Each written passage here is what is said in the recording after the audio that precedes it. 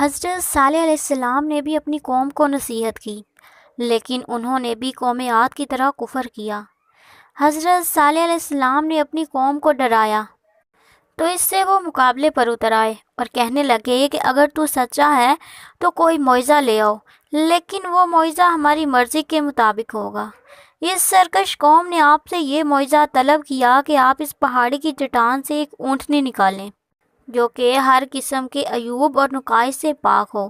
چنانچہ حضرت صالح علیہ السلام نے چٹان کی طرف اشارہ کیا تو چٹان فوراً سے ہی پھٹ پڑی اور اس میں سے ایک نہایت ہی خوبصورت اور تندرست اونٹنی نکلی، اور اس نے ایک بچہ بھی جنا، اور پھر یہ اپنے بچے کے ساتھ میدانوں میں چرتی پھرتی رہتی۔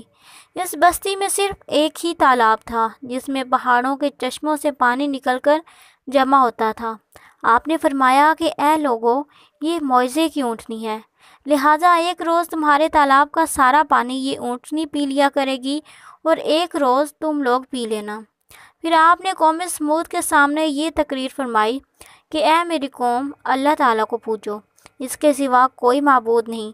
بے شک تمہارے پاس تمہارے رب کی طرف سے روشن دلیل آئی ہے، یہ اللہ تعالیٰ کا ناکہ ہے تمہارے لیے نشانی، تو اسے چھوڑ دو کہ اللہ تعالیٰ کی زمین میں سے کھائے، اور اسے برائی سے ہاتھ نہ لگاؤ کہ تمہیں دردناک عذاب آئے گا۔ چند دن تو قوم سمود نے اس تکلیف کو برداشت کیا، کیونکہ ایک دن ان کو پانی نہیں ملتا تھا، کیونکہ اس دن وہ سارا کا سارا پانی اونٹنی پی لیا کرتی تھی۔ چنانچہ انہوں نے طے کر لیا کہ وہ اس اونٹنی کو قتل کر دیں گے۔ چنانچہ اس قوم میں قدار بن سالف نے ساری قوم کے حکم سے اس کو قتل کرنے کے لیے تیار ہو گیا۔ حضرت صالح علیہ السلام منع کرتے رہے لیکن وہ باز نہ آیا۔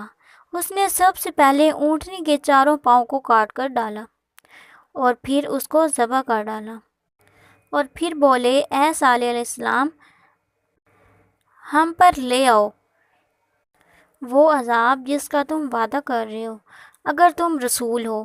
تو اس پر صالح علیہ السلام نے کہا کہ ٹھیک ہے، تم 3 دن تک اپنے گھروں میں رہ سہ لو، اور 3 دن کے بعد تم لوگ ہلاک کر دیے جاؤ گے۔ وہ لوگ ڈرنے کی بجائے حضرت صالح علیہ السلام کو دھمکیاں دینے لگے اور آپس میں مشورہ کرنے لگے کہ آج رات ہم حضرت صالح علیہ السلام کو بھی مار ڈالیں گے۔ اب یہ لوگ حضرت صالح علیہ السلام کے گھر کی طرف چلے۔ ان کا گھر پہاڑ کی چوٹی پر تھا۔ تو جب یہ لوگ پہاڑ پر چڑھ رہے تھے تو زمین نے ہچکولے کھانے شروع کر دیے۔ ایک چٹان اوپر سے آئی اور ان تمام لوگوں کو پیس کر رکھ دیا۔ ان 9 لوگوں کی ہلاکت کے ساتھ ہی اللہ تعالیٰ کے عذاب کی شروعات ہو چکی تھی۔ حضرت صالح علیہ السلام نے اپنے ساتھیوں سمیت اس بستی کو چھوڑ دیا۔ صبح ہوئی تو لوگوں نے عجیب منظر دیکھا کہ قوم سمود کے تمام لوگوں کے چہرے زرد تھے۔ وہ رونے لگے کیونکہ عذاب کے آثار نمودار ہونے لگے تھے۔ دوسرے دن تمام کے چہرے سرخ اور تیسرے دن سیاہ ہو چکے تھے۔ اب یہ منظر دیکھ کر وہ لوگ چیخنے لگے۔ قوم سمود کو اللہ تعالیٰ نے طرح طرح کے عذاب سے دوچار کیا۔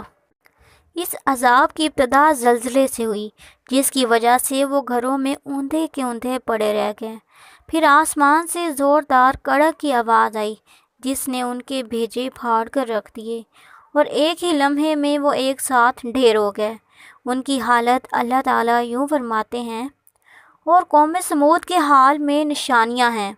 جب ان سے کہا گیا کہ ایک وقت تک فائدہ اٹھا لو تو انہوں نے اپنے پروردگار کے حکم سے سرکشی کی، تو ان کو ایک کڑک نے آ پکڑا اور وہ دیکھ رہے تھے، پھر نہ تو وہ اٹھنے کی طاقت رکھتے تھے اور نہ ہی مقابلہ کر سکتے تھے۔ ناظرین، اس قوم کے آثار ابھی تک باقی ہیں، نشانی کے طور پر، تاکہ آنے والوں کے دلوں میں کسی قسم کا شک نہ رہے۔ مدینہ منورہ کے شمال مغرب میں ان کے گھر موجود ہیں۔ اب یہ علاقہ مدائن صالح کے نام سے مشہور ہے۔ ہجرت کے وقت حضرت صالح علیہ السلام نے فرمایا کہ میں نے تم لوگوں کی خیر خواہی چاہی، لیکن تم لوگ خیر خواہوں کو پسند نہیں کرتے۔ حضرت صالح علیہ السلام ایمان لانے والوں کے ساتھ فلسطین کے علاقے رملہ کے قریب آ کر آباد ہو گئے، اور باقی زندگی بھی انہوں نے وہیں گزاری، اور وہیں آپ کی وفات ہو گئی۔ ناظرین، اگر آپ نے میرا چینل ابھی تک سبسکرائب نہیں کیا تو چینل کو سبسکرائب کر لیں، ویڈیو کو لائک اور شیئر کریں۔